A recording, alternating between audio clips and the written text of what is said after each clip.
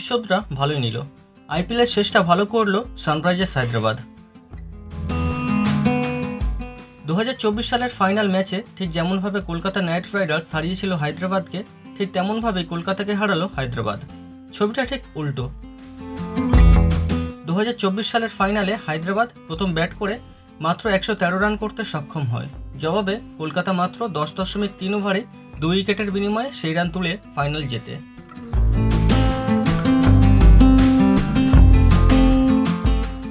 এবার কলকাতা নাইট রাইডার্সের বিরুদ্ধে আইপিএলের তৃতীয় সর্বাধিক রান করল তারা। শুধু তাই নয়, 110 রানের বড় ব্যবধানে কলকাতাকে হারিয়ে লিগ টেবিলের শেষ ম্যাচ জিতল হায়দ্রাবাদ।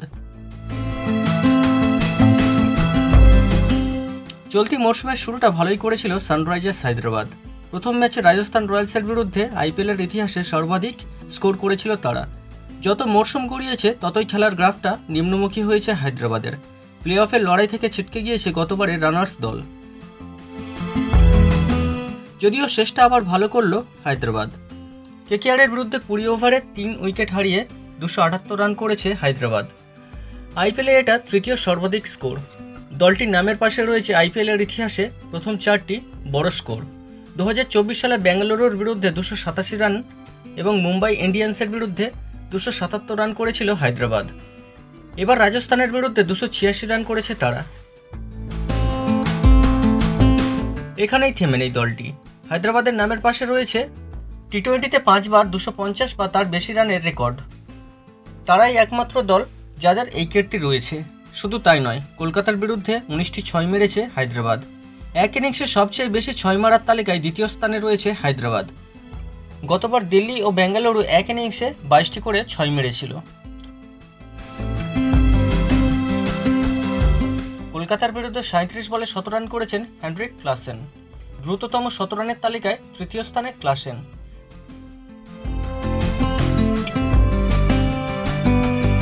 অন্যদিকে হায়দ্রাবাদের নামের পাশে আরও একটি কীর্তি যোগ হলো, তবে সেটা কোনো ভালো কীর্তি নয়। দোষ একই, অথচ আলাদা শাস্তি পেলেন আরসিবি এবং এসআরএইচের অধিনায়ক। কামিন্স পেলেন অর্ধেক শাস্তি, কিন্তু কেন? নিয়মটা আসলে কি? লখনৌয়ের একানা ক্রিকেট স্টেডিয়ামে অনুষ্ঠিত আইপিএল 2025-এর 65তম ম্যাচে সানরাইজার্স হায়দ্রাবাদের মুখোমুখি হয়েছিল রয়্যাল চ্যালেঞ্জার্স বেঙ্গালুরু। এই ম্যাচে 42 রানে বিরাট কোহলিদের হারিয়ে দেয় প্যাট কামিন্সের দল। তবে এই ম্যাচের পর বিসিসিআই উভয় দলের অধিনায়কের বিরুদ্ধে বড় পদক্ষেপ নিয়েছে। এই দুই অধিনায়কই ম্যাচে একই ভুল করেছিলেন, যার মূল্য তাদের চরমভাবে গুনতে হয়েছে। ধীর ওভার রেটের কারণে দুই অধিনায়কের বিরুদ্ধে ব্যবস্থা নিয়েছে বিসিসিআই। এই ম্যাচে উভয় দলই নির্ধারিত সময়ের মধ্যে তাদের ওভার শেষ করতে পারেনি। এই মরশুমে দ্বিতীয়বারের মতো স্লো ওভার রেটের অপরাধে আরসিবির অধিনায়ক রজত পাতিদারকে 24 লক্ষ টাকা জরিমানা করা হয়েছে। এছাড়াও আরসিবির প্লেইং 11-এর বাকি সদস্যদের 6 লক্ষ টাকা অথবা তাদের ম্যাচের 25% জরিমানা করা হয়েছে। সানরাইজার্স হায়দ্রাবাদের অধিনায়ক প্যাট কামিন্সকেও স্লো ওভার রেটের জন্য জরিমানা করা হয়েছে। তবে এই মরশুমে এটাই ছিল তাদের প্রথম অপরাধ, তাই তাদের 12 লক্ষ টাকা জরিমানা করা হয়েছে। আইপিএলের আচরণবিধি 2.22 ধারার অধীনে এই ব্যবস্থা নেওয়া হয়েছে, যা ন্যূনতম ওভার রেট লঙ্ঘনের সঙ্গে সম্পর্কিত।